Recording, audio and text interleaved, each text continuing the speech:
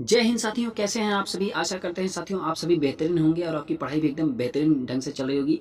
साथियों आज का जो टॉपिक होने वाला है वो एसएससी जीडी 2025 में जो साथियों जीके जीएस पूछा जाता है, जो कि 20 प्रश्न पूछा जाता है, उसी का प्रैक्टिस सेट नंबर 1 है। साथियों इसके पहले आप लोगों के लिए एसएससी जीडी की हिंदी क्लास माने प्रैक्टिस सेट 2 कंप्लीट करवाई जा चुकी है, तो आप लोग जाकर देख सकते हैं। और साथियों अब आप लोगों के लिए बहुत ही कम समय बचा हुआ है, क्योंकि अब जो है एग्ज़ाम का डेट आ चुका है। शायद आप लोगों को पता होगा 4 से 25 फरवरी के बीच में आपका पेपर होगा, माने 4 तारीख से स्टार्ट होगा और 25 तारीख लास्ट है। तो 4 से 25 फरवरी के बीच में आपका पेपर होना है। तो अब आप लोगों के पास टाइम बिल्कुल भी बचा नहीं है, तो आप लोग एकदम तैयारी अपनी जोरों शोरों से कस दीजिए, स्टार्ट कर दीजिए अपनी तैयारी। अब अभी तक आपने जितना भी मौका आप लोगों ने गंवाया, अब उस मौके को मत गवाइए। हो सकता है ये आप लोगों के लिए आखिरी चांस हो, तो आप लोग अब जी जान से अपनी तैयारी में लग जाइए। पहला प्रश्न है, भारत की संविधान की किस अनुसूची में दल बदल के आधार पर विधायक की निर्भरता के प्रावधान हैं? अनुसूची 10, अनुसूची 11, अनुसूची 8, अनुसूची 9। तो किस अनुसूची में साथियों दल बदल के आधार पर विधायक की निरर्हता के प्रावधान है, बताइए। तो साथियों आपका जो राइट आंसर बनेगा वो है अनुसूची 10। ठीक है, अनुसूची 10 जो है वो लोकप्रिय रूप से इसे दल बदल विरोधी अधिनियम के रूप में जाना जाता है। इसे 52वें संविधान संशोधन अधिनियम 1985 के माध्यम से संविधान में शामिल किया गया था। अनुसूची 9 ऐसे कानून जो न्यायिक समीक्षा से प्रतिरक्षित हैं, इसे प्रथम संशोधन अधिनियम 1951 द्वारा जोड़ा गया था। ठीक है, अगला प्रश्न है साथियों, भरतनाट्यम हेतु पद्मश्री पुरस्कार से सम्मानित प्रथम परलैंगिक लैंगिक ट्रांस महिला इनमें से कौन सी है? विशेष हुरेम, नर्तकी नटराज, श्रुति सितारा, साधना मिश्रा। तो कौन सा साथियों आपका राइट आंसर होगा, बताइए। तो नर्तकी नटराज भरतनाट्यम हेतु पद्मश्री पुरस्कार से सम्मानित प्रथम परलैंगिक महिला हैं। ठीक है, इन्हीं को यह जो पुरस्कार से सम्मानित किया गया है साथियों। नर्तकी नटराज, ठीक है, आपका जो राइट आंसर बनेगा नर्तकी नटराज है। उन्हें 2007 में तमिलनाडु सरकार का कलैमामणि पुरस्कार, 2009 में कृष्णा गण सभा से नृत्य चूड़ामणि पुरस्कार, 2011 में संगीत नाटक अकादमी पुरस्कार, 2013 में मद्रास विश्वविद्यालय से वेटरी पुरस्कार, पेरियार मनियामई विश्वविद्यालय 2016 से मानद डॉक्टरेट उत्कृष्ट श्रेणी, 2017 में आईसीसीआर पैनलबद्ध नृत्य कलाकार से सम्मानित किया गया। भरतनाट्यम कलाकार संगीत अकादमी पुरस्कार पाने वाले पहली नर्तकी मृणालिनी साराभाई। सबसे कम उम्र में पद्मश्री बैजयंती माला 1968 में। सबसे कम उम्र में पद्म भूषण प्राप्त करने वाली जो महिला है वो सोनल मानसिंह 1992 में। सबसे कम उम्र में पद्म भूषण प्राप्त करने वाली जो है वो सोनल मानसिंह है, 2003 में मिला है। ठीक है, अगला प्रश्न है साथियों, अंतर्राष्ट्रीय बालिका दिवस 2024 कब मनाया गया? 10 अक्टूबर को, 11 अक्टूबर को, 12 अक्टूबर को, 13 अक्टूबर को। तो बताइए साथियों कब मनाएगा अंतर्राष्ट्रीय बालिका दिवस 2024 में? तो साथियों आपका जो राइट आंसर बनेगा वो है 11 अक्टूबर को। ठीक है, कब? 11 अक्टूबर को मनाया गया है। साथियों आप सभी को टेलीग्राम चैनल का लिंक मैं डिस्क्रिप्शन में डाल दूंगा, वहां से आप लोग पीडीएफ को डाउनलोड कर लीजिएगा। ठीक है,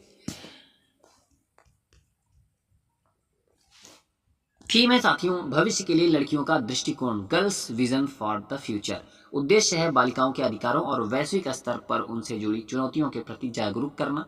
अंतर्राष्ट्रीय बालिका दिवस की शुरुआत 2012 में हुई थी साथियों। ठीक है, अगला प्रश्न है, 2011 की जनगणना के अनुसार भारत में निम्नलिखित में से किस राज्य की साक्षरता दर सबसे कम है साथियों? हरियाणा, आंध्र प्रदेश, उड़ीसा या फिर बिहार। तो कौन से राज्य की साक्षरता दर सबसे कम है साथियों 2011 की जनगणना के अनुसार? तो साथियों बिहार। ठीक है, बिहार की साक्षरता दर सबसे कम है 2011 की जनगणना के अनुसार। साथियों 2011 की जनगणना के अनुसार भारत की साक्षरता दर, भारत जो है 74.04%, जिसमें पुरुष 82.14% और महिलाएं 65.46% हैं। उच्चतम जो है वो केरल राज्य का है साथियों, 94% साक्षरता दर है। लक्षद्वीप में साथियों 91.85% और मिजोरम में 91.33% है। निम्नतम साथियों बिहार का है जिसमें 61.80% है। अरुणाचल प्रदेश में साथियों 65.38% है और राजस्थान में 66.11% है। ठीक है, एक्स्ट्रा फैक्ट जान लेते हैं। जनगणना संघ सूची का विषय साथियों अनुच्छेद 246 जो है वो जनगणना से संबंधित है। भारत में प्रथम जनगणना 1872 में होता है और वो भी लॉर्ड मेयो के शासनकाल में, ठीक है, वो भी असफल होता है। भारत में प्रथम नियमित जो जनगणना होती है 1881 में रिपन के शासनकाल में होता है। और स्वतंत्र भारत की प्रथम जो जनगणना होती है साथियों 1951 में होता है, ठीक है। अगला प्रश्न है, राष्ट्रीय डेयरी अनुसंधान संस्थान कहाँ स्थित है? करनाल में है, आनंद में है, लखनऊ में है या फिर पालमपुर में है? कहाँ पे है साथियों? तो करनाल में है, ठीक है। राष्ट्रीय डेयरी अनुसंधान संस्थान करनाल में है। राष्ट्रीय डेयरी अनुसंधान संस्थान NDRI की स्थापना साथियों 1923 में होती है। डेयरी शिक्षा केंद्र के रूप में बेंगलोर में की गई थी। 1936 में इसका नाम बदलकर इंपीरियल डेयरी इंस्टीट्यूट कर दिया गया। 1970 में NDRI को भारतीय कृषि अनुसंधान परिषद के अधीन लाया गया साथियों। अगला प्रश्न है, स्वच्छ भारत मिशन का संबंध किस सार्वजनिक हस्ती से है? महात्मा गांधी, जवाहरलाल नेहरू, वल्लभ भाई पटेल, लाल बहादुर शास्त्री। तो स्वच्छ भारत मिशन का संबंध किस सार्वजनिक हस्ती से है साथियों? तो साथियों महात्मा गांधी से है, ठीक है। स्वच्छ भारत मिशन SBM खुले में शौच को खत्म करने और ठोस अपशिष्ट प्रबंधन में सुधार के लिए भारत सरकार द्वारा 2 अक्टूबर 2014 को राजपथ माने नई दिल्ली में शुरू किया गया एक देशव्यापी अभियान है। साथियों अगला प्रश्न है, बास्केटबॉल खेल में किसी भी समय एक टीम के कितने खिलाड़ी कोर्ट पर खेलते हैं? 7, 5, 4 या फिर 6? तो साथियों कितने खेलते हैं? तो 5। बास्केटबॉल खेल में किसी भी समय एक टीम के 5 खिलाड़ी जो है साथियों वो कोर्ट पर खेलते हैं, ठीक है। एक पारंपरिक बास्केटबॉल टीम में 12 खिलाड़ी होते हैं जिसमें किसी भी समय कोर्ट पर 5 बास्केटबॉल खिलाड़ी होते हैं। 5 खिलाड़ियों के पदों के नाम point guard, shooting guard, small forward, power forward और सेंटर होते हैं। बास्केटबॉल ओलंपिक में शामिल हुआ था साथियों 1904 में और महिला बास्केटबॉल की शुरुआत जो होती है वो 1976 में होती है। अगला प्रश्न है, भारतीय राष्ट्रीय कांग्रेस के अध्यक्ष कौन थे जब भारत ने वर्ष 1947 में स्वतंत्रता प्राप्त की थी? अबुल कलाम आजाद थे, वल्लभ भाई पटेल थे, जवाहरलाल नेहरू थे या फिर JB कृपलानी थे?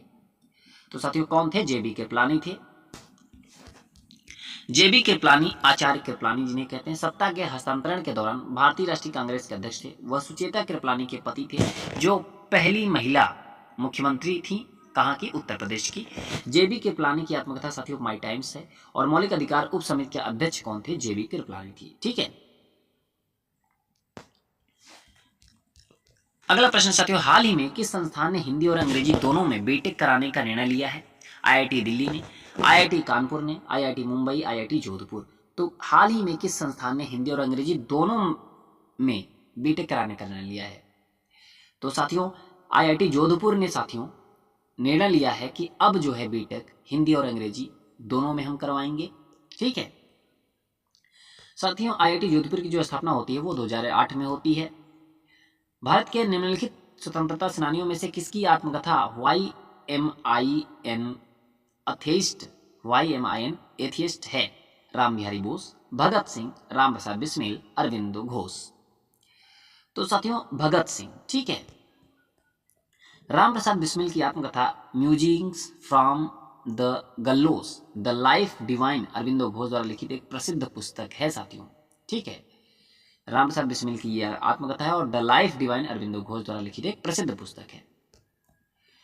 नीचे दिए गए विकल्पों में से सर्वाधिक क्रियाशील धातु का चयन करना है। कॉपर है, जिंक है, सोडियम है, आयरन है। बताइए साथियों क्या होगा आपका राइट आंसर? तो सोडियम जो है वो सर्वाधिक क्रियाशील धातु है साथियों, इसीलिए इसे केरोसिन में रखा जाता है ताकि ये ऑक्सीजन से क्रिया न कर पाए, ठीक है।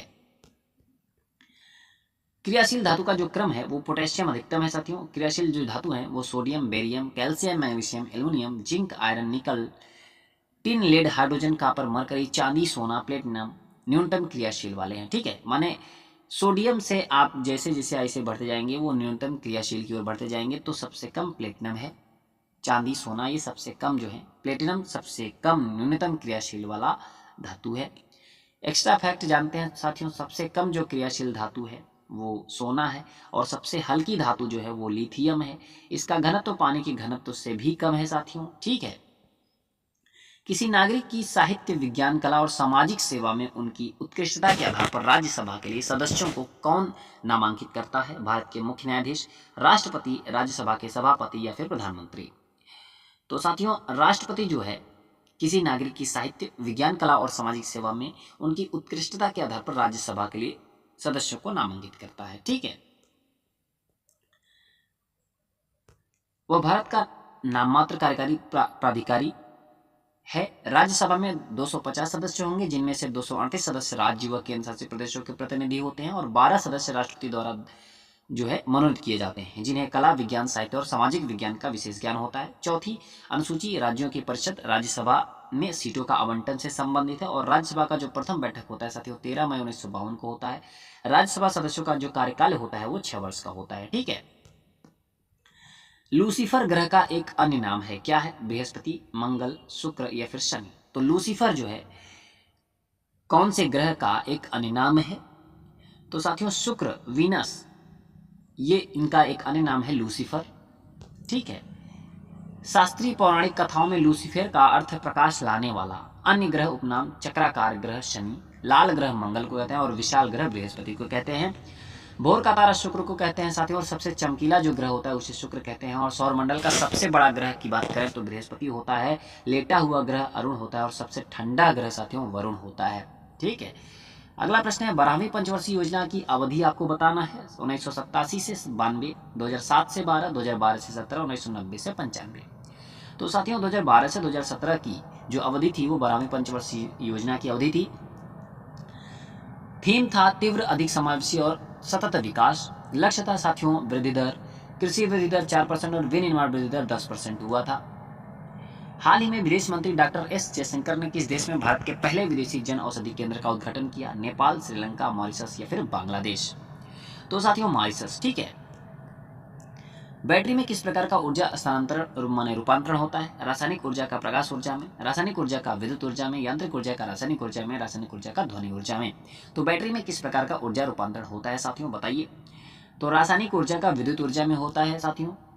रासायनिक ऊर्जा का विद्युत ऊर्जा में रूपांतरण जो होता है, ठीक है। और ऊर्जा रूपांतरण उपकरण विद्युत जनरेटर जो है वो यांत्रिक ऊर्जा को विद्युत ऊर्जा में जनरेट करता है और विद्युत जो मोटर होता है वो विद्युत ऊर्जा को यांत्रिक ऊर्जा में कन्वर्ट करता है। माइक्रोफोन ध्वनि ऊर्जा को विद्युत ऊर्जा में और लाउड स्पीकर साथियों विद्युत ऊर्जा को ध्वनि ऊर्जा में बदलता है। वहीं पे सितार जो है वो यांत्रिक ऊर्जा को ध्वनि ऊर्जा में चेंज करता है। ठीक है। तो ये सब बेसिक पॉइंट है, आपको याद होना चाहिए। भारत के अधिकांश शास्त्रीय नृत्य रूपों की उत्पत्ति से हुई है। यजुर्वेद, अर्थशास्त्र, अथर्ववेद या फिर नाट्यशास्त्र। तो साथियों नाट्यशास्त्र। ठीक है। भारत के अधिकांश शास्त्रीय नृत्य रूपों की जो उत्पत्ति हुई है वो नाट्यशास्त्र से हुई है। नाट्यशास्त्र नृत्य कला और संगीत पर संस्कृत ग्रंथ भरत मुनि द्वारा संकलित है साथियों। ग्रंथ में प्रदर्शन कलाओं का वर्णन करने वाले कुल 6000 काव्य छंदों के साथ 36 अध्याय हैं। अगला प्रश्न है घग्गर नदी का उद्गम स्थल भारत का कौन सा राज्य है साथियों? उत्तर प्रदेश है, उत्तराखंड है, हरियाणा है या फिर हिमाचल प्रदेश है? तो साथियों हिमाचल प्रदेश है। घग्गर नदी का उद्गम स्थल है वो हिमाचल प्रदेश में है। हिमाचल प्रदेश शिवालिक पहाड़ियां यह पंजाब, हरियाणा और राजस्थान में बहती हैं। यह केवल मानसून के मौसम में बहती हैं साथियों। पाकिस्तान में इसे हकरा नदी के नाम से जाना जाता है। कौशल्या, मारकंडा, सरस्वती, टांगरी और चौटांग घग्गर की प्रमुख सहायक नदियां हैं साथियों। अगला प्रश्न है हाल ही में पेश किए गए केंद्रीय बजट 2024 में मुद्रा लोन की लिमिट कितनी बढ़ाई गई है? 5 लाख से 10 लाख, 10 से 15 लाख, 10 से 20 लाख या फिर 20 से 25 लाख? तो साथियों 10 से 20 लाख बढ़ाई गई है। ठीक है। 10 लाख से 20 लाख सरकार द्वारा स्वरोजगार की सुविधा के लिए प्रधानमंत्री मुद्रा योजना, ठीक है, शुरू की गई। किस अधिनियम के तहत भारत पर ब्रिटिश साम्राज्य का शासन स्थापित किया गया था साथियों? भारत सरकार अधिनियम 1833, 1813 का चार्टर एक्ट, 1773 का रेगुलेटिंग एक्ट, भारत सरकार अधिनियम 1858। तो साथियों आपका जो राइट आंसर बनेगा वो है भारत सरकार अधिनियम 1858। ठीक है। भारत सरकार अधिनियम 1858 प्रावधान ईस्ट इंडिया कंपनी का परिसमापन कर दिया। निदेशक मंडल और नियंत्रण बोर्ड को खत्म कर दिया गया। वायसराय को एक कार्यकारी परिषद की सहायता दी जानी थी। भारत को सीधा ब्रिटिश उपनिवेश बना दिया गया। पिट्स इंडिया एक्ट की दोहरी सरकार को समाप्त कर दिया। व्यक्तिगत का सिद्धांत या हड़प नीति के सिद्धांत को समाप्त कर दिया गया था। भारत का प्रथम वायसराय लॉर्ड कैनिंग थे। ठीक है। तो ये था साथियों आपका जीके जीएस का क्लास। आशा करते हैं आप सभी को पसंद आया होगा। तो साथियों कैसी लगी आप सभी को वीडियो जरूर बताइएगा। वीडियो पसंद आई हो तो एक लाइक और चैनल को सब्सक्राइब जरूर करेगा और अपने साथियों तक शेयर जरूर करेगा, क्योंकि साथियों अब आप लोगों के पास टाइम बिल्कुल भी नहीं बचा हुआ है। 2 महीने का टाइम बीतने में वक्त नहीं लगता, इसलिए आप लोग तैयारी एकदम कस दीजिए। अभी से आप लोग जब दम बांधेंगे तभी आपके अंदर वर्दी लेने का जुनून, वर्दी का जो जुनून है, एक वर्दी आपके कंधे पे होगी। तो आप लोग साथियों मेहनत करते रहिए। फल की चिंता मत करिए, क्योंकि आपकी मेहनत पे ही फल टिका हुआ है। तो आप लोग मेहनत करते रहिए। बस 4 से 25 तारीख में आपको अपनी मेहनत को झोंक देना है, दिखा देना है कि हमने इस 2 महीने में या फिर साल 6 महीने से कितना मेहनत किया है, वो आपका निकल आता है परिणाम के माध्यम से। तो साथियों, मिलते हैं अगली वीडियो के साथ, तब तक के लिए जय हिंद, नमस्कार।